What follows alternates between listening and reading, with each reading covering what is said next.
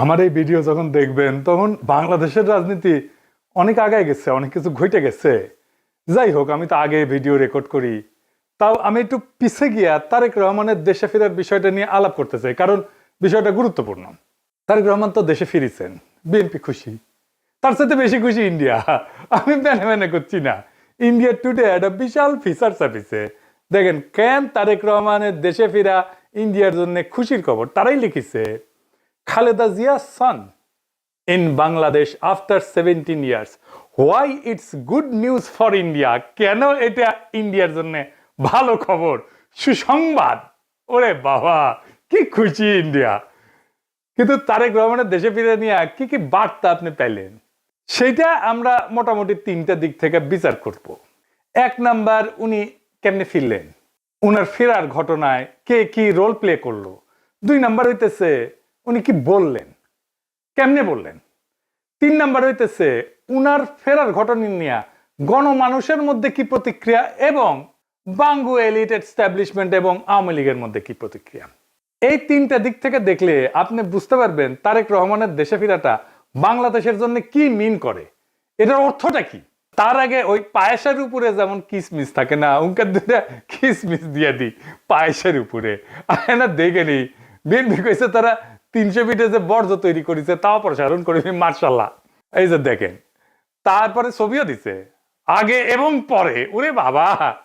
তারপরে বিএনপির পাঁচাচাটা এডিটে সাহেব, পাঁচাচাটা কওয়া যাবি না। হ্যাঁ, সে কি আপনি চান না আমি মুখ খারাপ করি? আচ্ছা, তাইলে ধরি পাঁচাটা হয়েছে, তবে হোগা চাটাটা কিন্তু খারাপ না। যাই হোক, আপনি পছন্দ করলেন না, আপনার একটা কথা রাখা লাগে। তো পাও চাটার একটা ছবি দেবেন না, তাই বলে ভালো হয়েছে, ভালো হয়েছে না? তো জুতার সাইজ কলে ভালো, মাশাআল্লাহ। অনেকে সেট পারবি, জায়গা আছে অনেক সামনে, ইনকে করে। তো তারেক রহমানের ইনকে একটা জুতা কিনে দিয়ে বিএনপি কইছে পরিষ্কার করিছে, আর বন্ধের আলো কইতেছে আম্বা। ওরা ওই একই কথা। গণসংবর্ধনার পর 300 ফিট সড়কের বর্জ্য অপসারণ করলো ঢাকা উত্তর বিএনপি। তো আসেন না, বিএনপির ওটা তো ছবি দেখলেন, স্টিল ছবি, একটা ভিডিও দেখেন, বিএনপির কর্মীরা পরিষ্কার করছে, ভালো লাগবে না? দেখেন, ২৬ তারিখ সকালে ৩০০ ফিট এলাকায় গিয়ে দেখা যায় জমে থাকা ময়লার স্তূপ পরিষ্কার করছেন ঢাকা উত্তর সিটি কর্পোরেশনের পরিচ্ছন্নতা কর্মীরা। বিএনপির অফিসিয়াল পেজ থেকে দাবি করা হয়েছে ময়লা পরিষ্কার করছে, সমস্ত ময়লা পরিষ্কার করছে বিএনপি, কিন্তু আসলে না, কথাটি মিথ্যা। পুরো অংশের অধিকাংশ অর্থাৎ 90% বর্জ্য ময়লা পরিষ্কার করেছে ঢাকা উত্তর সিটি কর্পোরেশন। দেখেছেন কারা করিচ্ছে পরিষ্কার? 148 টন বর্জ্য পরিষ্কার করছে সিটি কর্পোরেশন। কেমন ধাপ্পা দেয় দেখেন। একটা জিনিস দেখবেন, আর একটা কিসমিস, পায়েসের উপরে কিসমিস। পায়েসের উপরে একটা কিসমিস দেওয়ার ছবি দেখার, এটা মিষ্টি দেখে এটা মনটা ভালো হবি। তো একটা জিনিস দেখেন, মিটিং শুরুর আগে স্টেজের সামনে বোতল ছুঁড়া T20 খেলিচ্ছে, দেখেছেন? কেউ থামাইতে পারতেছে না, পারলে নেতাদের মারে। বড় দল হয়ে করবে কি ওরা? নিজের দলে তো কোনো শৃঙ্খলা নাই, রাষ্ট্র চালাইবে, মিটিং সামলাইতে পারে না, তা আবার নিজের দলের মিটিং, তার নিজের দলের কর্মী তাদের। তো যাই হোক, আলোচনায় আসি। প্রথম পয়েন্ট, তারেক রহমান ফেরার ঘটনায় কে কি রোল প্লে করলো। তারেক রহমানের মূল সিকিউরিটি দিল কে, বলেন তো? কে দিল? এটাই হইতেছে কে কি রোল প্লে করলো। এটা একটা বিশাল বার্তা আছে বলে।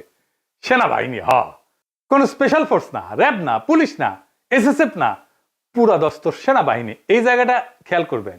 স্বরাষ্ট্র মন্ত্রণালয়ের নিরাপত্তা ব্রিফিং আপনি পাবেন সব জায়গায়, কয়া হয়েছে এটা সিভিল ফোর্স করবে, কোথাও সেনাবাহিনী মোতায়েন করা হবে বলা হয়নি। এটার দায়িত্ব ছিল ডিএমপির। দেখেন ডিএমপির ব্রিফিং দেখেন, 2000 পুলিশ সদস্য মোতায়েন থাকার কথা ছিল। পুলিশ দেখেছেন অল্প কিছু দেখতে পারেন, দেখেন নাই, মূলত চারিদিকে ঝাঁকে ঝাঁকে আর্মি। দেখেন,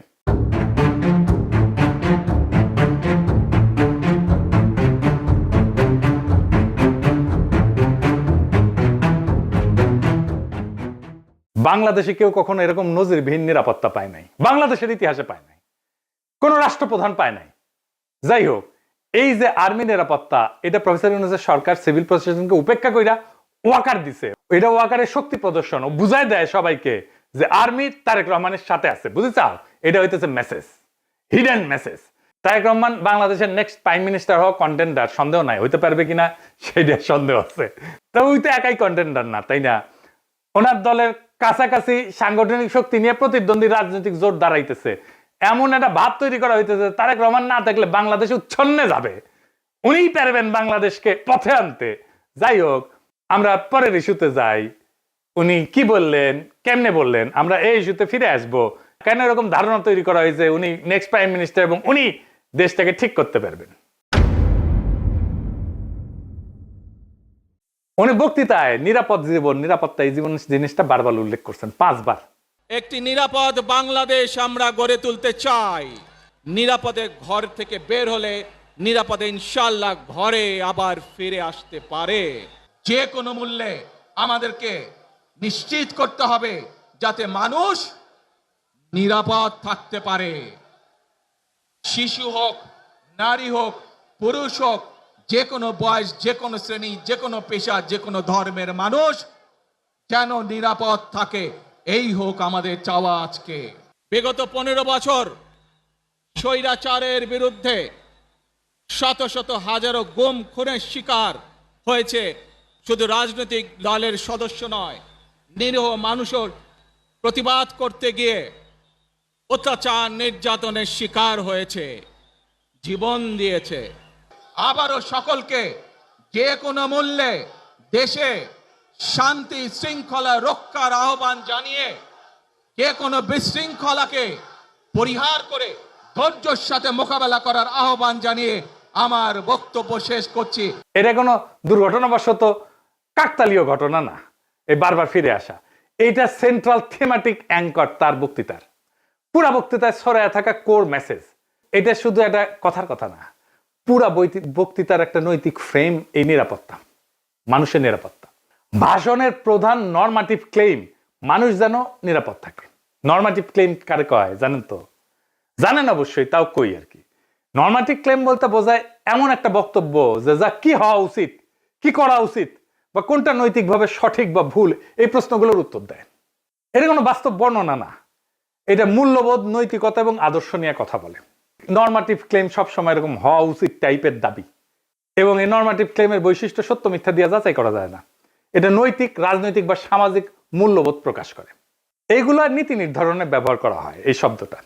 উচিত, দরকার, ন্যায়সঙ্গত, অন্যায়, ভালো, মন্দ, এগুলো হইতেছে নরমাটিভ ক্লেম। যেমন ধরেন, আমি যদি বলি রাষ্ট্রের দায়িত্ব নাগরিকদের নিরাপত্তা নিশ্চিত করা, এটা নরমাটিভ ক্লেম, বুঝাও। তারপরে ধরেন গুম খুনের বিচার হওয়া উচিত, এটা নরমাটিভ ক্লেম। সব মানুষের সমান অধিকার থাকা দরকার, এটা নরমাটিভ ক্লেম। কি হওয়া উচিত এটা বলতেছে। আবার দেখেন এই নিরাপত্তা ইস্যুটাই আওয়ামী লেসপেন্সার নবনীতা কথাটাকে দইরা পারলে তারেক রহমান জিন্দাবাদ দেওয়া সিক্কুর দেওয়া ওঠে। দেখে যাও এত আরাম পেয়েছে কেন এই কথায়, পার বাকশালীরা কেন ফাল পারিচ্ছে জানেন? পরে আসিচ্ছি, সব একসাথে নিয়ে এইটা যখন এপিসোড যখন শেষ করবো তখন এটার উত্তরটা পাবেন। এই নিরাপত্তা কথাটা কেন নবনীতার এত পছন্দ, আওয়ামী লীগের এত পছন্দ, সেটা একটু বুঝে দেখে আসেন। এই নিরাপত্তা কথাটাই নবনীতার নেত্রীরা বাঁচাবে, আওয়ামী পান্ডাদের বাঁচাবে। এই নিরাপত্তা কথাটাই আর্মির দুর্বৃত্ত জেনারেলদের বাঁচাবে। উনি গুমের কথা বলছেন, কিন্তু কে করছে, কারা করছে সেটা বলেন নাই। তাদের বিচারের কথা বলেন নাই, 2024-এর শহীদের কথা বলেন নাই, এমনকি আবু সাইদ মুগ্ধর কথা বলেন নাই। উনি নিরাপত্তা সবার উপরে রাখছেন, শহীদদের উপরে রাখছেন। উনি হাসিনাকে ফ্যাসিস্ট পর্যন্ত বলেন নাই, স্বৈরাচার বলছেন। বিগত 15 বছর স্বৈরাচারের বিরুদ্ধে শত শত হাজারো গুম খুনের শিকার হয়েছে শুধু রাজনৈতিক দলের সদস্য নয়, নিরীহ মানুষের প্রতিবাদ করতে গিয়ে অত্যাচার নির্যাতনের শিকার হয়েছে, জীবন দিয়েছে। আমাদের সমাজের প্রথম রাজনৈতিক কর্তব্যটা কি এখন? দুইটা জিনিস তো, একটা হাসিনার অপরাধের বিচার, হাসিনার প্রশাসনের অপরাধের বিচার, নাম্বার 2 রাষ্ট্রের সংস্কার, তাই তো? আর তো কিছু না। কিন্তু উনি দুইটার কোনোটাও টাচ করলেন না। উনি নিরাপত্তা, মানুষের নিরাপদ জীবন দিয়ে ন্যায় বিচার, সংস্কার সবকিছু উড়াই দিলেন। তো তাইলে এই ভাষণ আমাদেরকে কোথায় নিয়ে যাচ্ছে? আমাদের এখন একটা সোজা প্রশ্ন তুলতে হবে যে রাজনৈতিক ভাষণের নিরাপত্তা যখন প্রধান ফ্রেম হয়ে ওঠে তখন ন্যায় বিচার কোথায় যায়, সংস্কার কোথায় যায়? এই প্রশ্নটা বুঝতে হইলে আগে একটা পার্থক্য বুঝতে হবে। আসেন সেটা বুঝে দেখি। ন্যায় বিচার ফ্রেম ন্যায় বিচারের প্রশ্ন তোলে, কে অপরাধ করছে, কার দায়, কার শাস্তি, কি শাস্তি, কোন আদালতে, এইগুলো কেন্দ্রে থাকে, মানে অ্যাকাউন্টেবিলিটি। আর নিরাপত্তা ফ্রেমে এটাতে কি থাকে?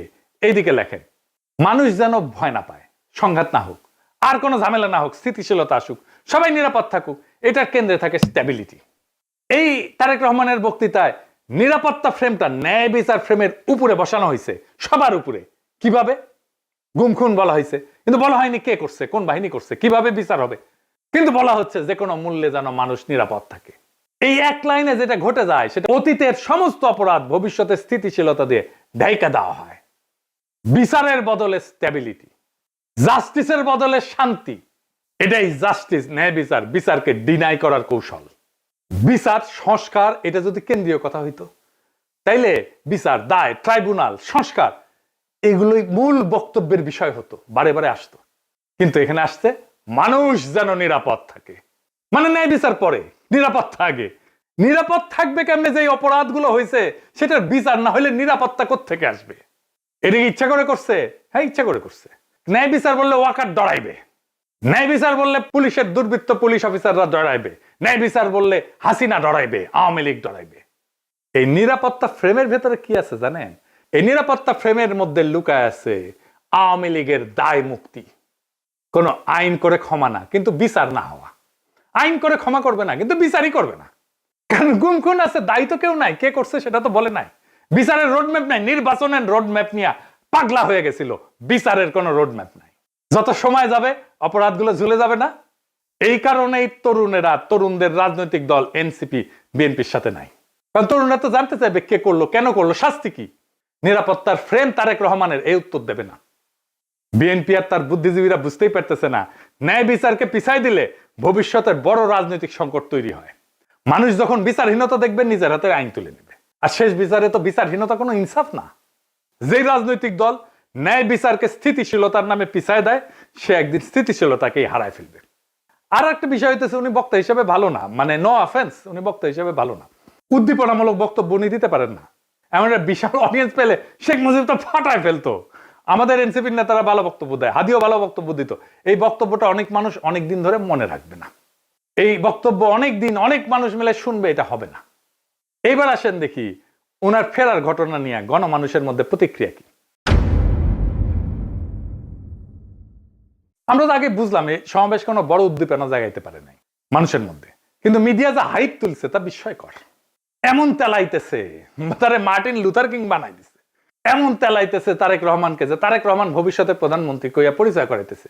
এটা দেখা খুবই বিরক্তিকর। মিডিয়া হাইপ তুলছিল 2004 সালে ভারতীয় লোকসভা নির্বাচনে, ইন্ডিয়া শাইনিং কইয়া বিজেপি নির্বাচনে নামছিল, গোহারা হারিছে। হিলারি ক্লিন্টনকেও মিডিয়া একদম হাইপ তুলছিল 2016 সালে, গোহারা হারিছে ট্রাম্পের কাছে। ব্রেক্সিটেও প্রেডিকশন ছিল ব্রিটেন ইউরোপিয়ান ইউনিয়নে থাকবে, থাকে না। এটা মিডিয়ার প্রেডিকশন ছিল। মিডিয়া ফ্রেম করতেছে তারেক রহমানকে ভবিষ্যতে প্রাইম মিনিস্টার হিসেবে, এটা হবে বিএনপির জন্য ডিজাস্টার। ঐতিহাসিকভাবে প্রমাণিত যে জনগণ মিডিয়ার ভুল বা বায়াস প্রেডিকশনকে কেবল ভুল হিসাবে পাঠ করে না, তারা এটাকে ম্যানিপুলেশনের চেষ্টা হিসেবে বোঝে। 2016 সালের নির্বাচনের পরে পিউ রিসার্চ সেন্টার ধারাবাহিক জরিপ করছিল, এখানে বলতেছিল যে মিডিয়া ট্রাস্ট কনজারভেটিভদের মধ্যে এইটা ইতিহাসের সবচেয়ে নিচে নামে আসছে। মিডিয়ার ট্রাস্ট, মিডিয়ার বিশ্বাস। এবং অনেক তথ্যদাতা সরাসরি বলছে যে মিডিয়া আমাদেরকে বলার চেষ্টা করছে যেটা হবে, এবং তারা ভুল বলছে। এটাকে এজেন্ডা সেটিং হিসেবে মানুষ দেখে, মিডিয়া কভারেজ হিসেবে দেখে না। ফুকুয়েটারে বলছিল যখন জ্ঞান বর্ণনা না করে মিডিয়া নির্দেশ দিতে চায় জনগণকে, তখন তা ক্ষমতায় রূপ নেয়। তারা তারেক রহমানের ক্ষমতা তৈরি করতেছে, মিডিয়া ক্ষমতা, ভার্চুয়াল ক্ষমতা তৈরি করতেছে। আর হান্না আন্ড্রেড বলছিল যে এমন ক্ষমতা জনগণ নীরবে সহ্য করে না, সে প্রত্যাখ্যান করে। তাই বহু নির্বাচনে আমরা দেখি জনগণ ব্যালট ব্যবহার করে কেবল কোন প্রার্থীর বিরুদ্ধে না, ভবিষ্যতে আগেই লিখে রাখা মিডিয়া ন্যারেটিভের বিরুদ্ধে প্রতিশোধ নেয়। বাংলাদেশের জনগণ এই যে তারেক রহমান আগামীর প্রধানমন্ত্রী, এই মিডিয়া ন্যারেটিভের বিরুদ্ধে প্রতিশোধ নেবে, লিখে রাখতে পারেন আজকের কথা। তারপরে ধরেন পাবলিকের যা হয়রানি হয়েছে দেখেন একটু। দেখেন কি পরিমাণ লোক এয়ারপোর্ট থেকে সবাই লাগেজ মাথায় করে কিন্তু বের হচ্ছে। দেখেন, আপনারা দেখলে অবাক হয়ে যাবেন যে শত শত না হাজার হাজার লোক আটকে পড়েছিল, যারা প্রবাস থেকে বাংলাদেশে আজকে আসছে বা কালকে রাত্রে যারা আসছে বের হয়ে যেতে পারছে, আজকে যারা আসছে সহজে কিন্তু সকালবেলা বের হতে পারে নাই। এখন তারেক রহমান সাহেব বের হয়ে গেছে, সবাইকে বের হওয়ার ব্যবস্থা করছে এবং সবাই বের হয়ে যাচ্ছে। আর একটা হয়রানি দেখেন পাবলিক কি করছে।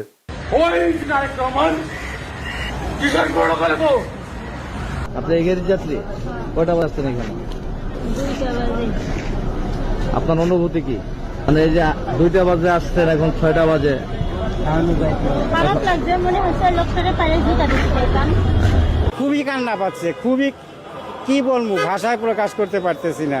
একদিকে তো অসুস্থ লোক আসছিলকে দেশের বাড়ি চিকিৎসা করার জন্য, তারপরে এই পরিস্থিতি, দুঃখ লাগতেছে যে আমরা আইছি বাইরে থেকে, আজকে শখ করে একটা গাড়ি নিয়ে আসছে আর এই গাড়ি আমার এয়ারপোর্টের মধ্যে ঢুকতে দিল না।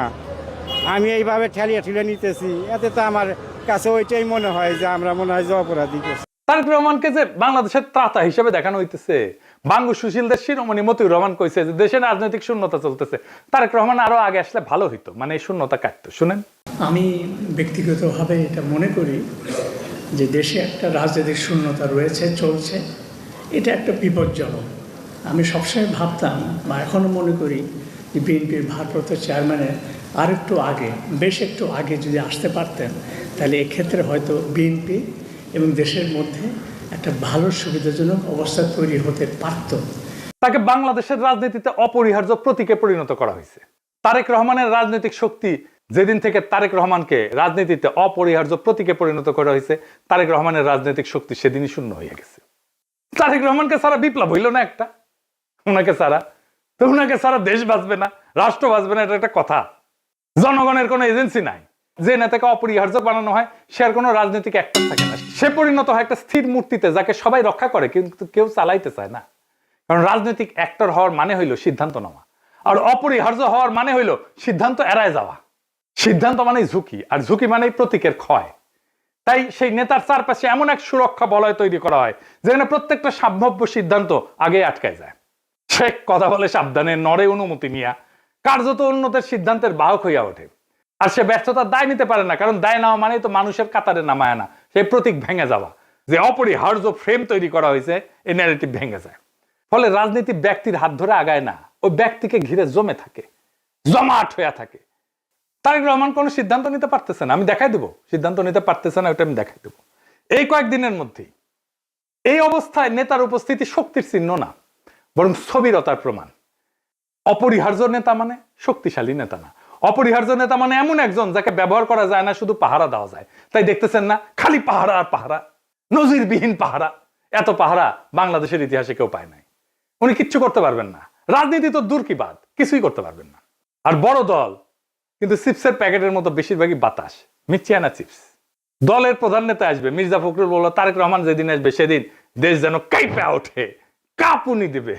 আমি আপনাদেরকে জানাতে চাই, নেতা যেদিন আমাদের আসবেন, যেদিন বাংলাদেশে পা দেবেন, সেদিন যেন সমগ্র বাংলাদেশ কেঁপে উঠে। বন্ধুগণ, এই কাপাকাপি করতে গিয়া একটা প্রোগ্রাম নিছে, পঙ্গু হাসপাতালে আহত জুলাই যোদ্ধাদের দেখতে যাবে তারেক রহমান।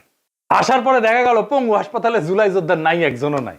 এটা কারোই মাথায় আসেনি, তারেক রহমানেরও মাথায় আসেনি যে ওখানে আসলে কেউ আছে। 3টা না 4টা প্রোগ্রাম তো কয়দিনে, তাই না? এতদিন ধরে প্রস্তুতি নিচ্ছে। আচ্ছা, জুলাই যোদ্ধা কে কে আছে? উনি গেলে কোন ওয়ার্ডে যাবেন, কার সাথে দেখা করবেন, কি নিয়ে যাবেন, কোনো পরিকল্পনা নাই। এই হইতেছে রাষ্ট্র ক্ষমতায় যাবে যে দল, সেই দশের প্ল্যানিং দেখেন। রাজনীতি আগাইলো, ওনারা তো কাঁপাইতে চাইতেছেন, রাজনীতি করতে চাইতেছেন না, স্পেকটাকাল দেখাইতে চাইতেছেন। পলিটিক্যাল লিডারের স্পেকটাকাল হইতেছে তার বক্তৃতা, তার রাজনীতি।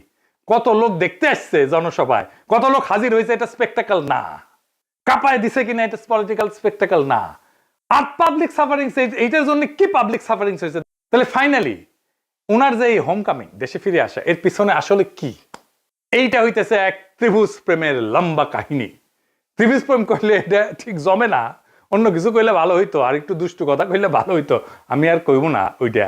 তো যাই হোক, বুঝাই দিচ্ছেন কি কইতে চাইতেছি আর কি, বুঝছাও তো। মানে ত্রিভুজ প্রেমে তো একজনের ছেঁকা খাইতে হয়, এটি না, এটি 3জনই মজা পায় আর কি, বুঝছাও। তো যাই হোক, তো এই ত্রিভুজ প্রেমের 3 অ্যাক্টর হইতেছে ওয়াকার, এডিটর সাহেব, এটা ত্রিভুজ আকার, এটা ওয়াকার একদিকে বিএনপি আর ইন্ডিয়া।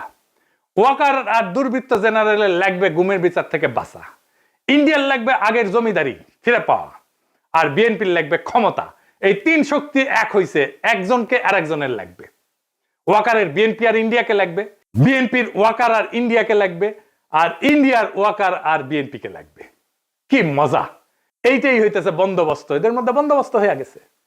ইন্ডিয়া আনন্দবাজারে রিপোর্ট করে ইঙ্গিত দিছে আমরা আছি তারেক রহমানের সাথে, ওয়াকার শক্তি দিয়ে ইঙ্গিত দিছে আমরা আছি তারেক রহমানের সাথে, তারেক রহমান বক্তৃতা দিয়ে ইঙ্গিত দিছে আমরা আছি তোমাদের সাথে।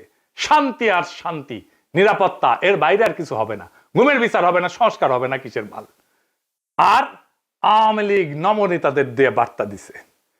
শুধু তাই না, এই যে দেখেন আশরাফুল আলম খোকন, হাসিনার পিএস, কি বলে দেখছেন? তারা বলে তারা বিএনপির পাশে দাঁড়াইছে। আবার দেখেন আরেকজন, দেখেন আওয়ামী লীগ, তার প্রোফাইল পিকচার দেখেছেন? হ্যাঁ, সঞ্জিদা খাতুনের ছবি দিছে, তা সেরা ছবিটা দিছে, দুঃখ ভাব একটু, বুঝছাও তো। ওই কয় যে গরু দুধ দেয় তার নাকি লাথি খাওয়া যায়, মানে বিএনপি দুধ দিচ্ছে এখন। বিএনপির আবার দুধও আছে। না আছে তো, না আছে আছে, সত্যি আছে, আমি মিছা কথা কইতেছি না, আমি দুষ্টামি করিছি না। বিএনপির দুধু আছে, আসলেই আছে। এই যে দেখেন বিএনপির দুধু, দেখিস বিএনপির দুধু আছে, তো বিএনপির দুধু দিয়ে দিছে আওয়ামী লীগকে। যাই হোক, আপনি কিছুদিন পরে দেখবেন পার নাস্তিক গুলা দাঁড়াইতেছে বিএনপির পাশে এবং তারা বলতেছে আমরা বিএনপিকে ভোট দিব। আমি দেখাই দিব, বলতেছে তারা পার নাস্তিক, যাদেরকে ঘৃণা করেন আপনারা। বিএনপিকে ক্ষমতা আনার জন্য এই সবগুলো শক্তি এক হয়েছে। কেন্দ্র দখল করবে, প্রশাসনকে কাজে লাগায়, পুলিশকে কাজে লাগায়, গুন্ডা আর হুন্ডা দিয়ে নির্বাচন হবে, আর্মি বসে থাকবে, অথবা আর্মিও পিটাবে পাবলিককে, ব্যালট বাক্স লুট হবে। আওয়ামী লীগের পুরো সংগঠন বিএনপির জন্য কাজ করবে, টাকা আসবে, খালি টাকা আর টাকা, লুট করা টাকা ফেরত আসবে কিছু। নির্বাচন প্রচারণার জন্য এই 4 বান্ডেল দিলাম, ব্যানার পিস্টন করার জন্য। আর এটি লাগাইবা শুধু মোটরসাইকেল বহরের জন্য, মোটরসাইকেল নিয়ে আসবা 7টা, ঠিক আছে, দেখে নিয়ে আসবা। আর এটি রাখো শুধু নির্বাচনের দিন চা সিগারেট খাওয়াইবা মানুষকে। আর এই 7-8 বান্ডেল যেটি আছে, সকালবেলা সীসা খাইবা, হ্যাঁ সীসা খাইবা বৈশা। আমি পাস করবো না, সমস্যা নেই। সেই টাকা বিএনপি নির্বাচনের জন্য কাজে লাগবে। এই জন্য খোদা বক্সকে সরাই দিছে প্রফেসর ইউনূসের সরকার। প্রশাসন, পুলিশ, জেনারেলরা মাথায় রাখেন, এই নির্বাচন আমাদের আজাদির নির্বাচন। সংসদের কাজ রাষ্ট্রে ইনসাফ কায়েম করা। আমার আগের ভিডিওটা দেখে নিয়েন, বিস্তারিত আলাপ করছি কিভাবে সংসদ আইন তৈরির মাধ্যমে সমাজের মাঝে থাকা ইনসাফের ধারণা রাষ্ট্রের আইনের মধ্যে ঢুকে দেয়। রাষ্ট্রকে ইনসাফমুখী করে তোলে সংসদ। এই ইনসাফের রাষ্ট্রই আমাদের আজাদির দিকে নিয়ে যায়। আমাদের প্রত্যেকটা ভোটকে আমাদের মাঠে রক্ষা করতে হবে। প্রশাসন যদি গণরায়কে ছিনায় নিতে চায়, তাহলে ভোট ডাকাতদের এইবার বিতাড়িত করব বাংলাদেশ থেকে। আর এইবার প্রশাসনের, পুলিশের কাউরে যদি পক্ষপাত করতে দেখা যায়, কোনো মাপ কিন্তু নাই। আগামীর সরকার বিএনপির হবে না, প্রফেসর ইউনূসের সরকারের মতো ধ্বজভঙ্গ সরকারও হবে না। তাই খুব খেয়াল, ভোট রক্ষার লড়াইয়ের জন্য তৈরি হন। এইবার ভোট দিলেই হবে না, কেন্দ্র পাহারা দিতে হবে, প্রত্যেকটা ভোটকে আমাদের রক্ষা করতে হবে। আর এক নতুন ভোট আনার লড়াইয়ের জন্য তৈরি হন। ইনকিলাব জিন্দাবাদ।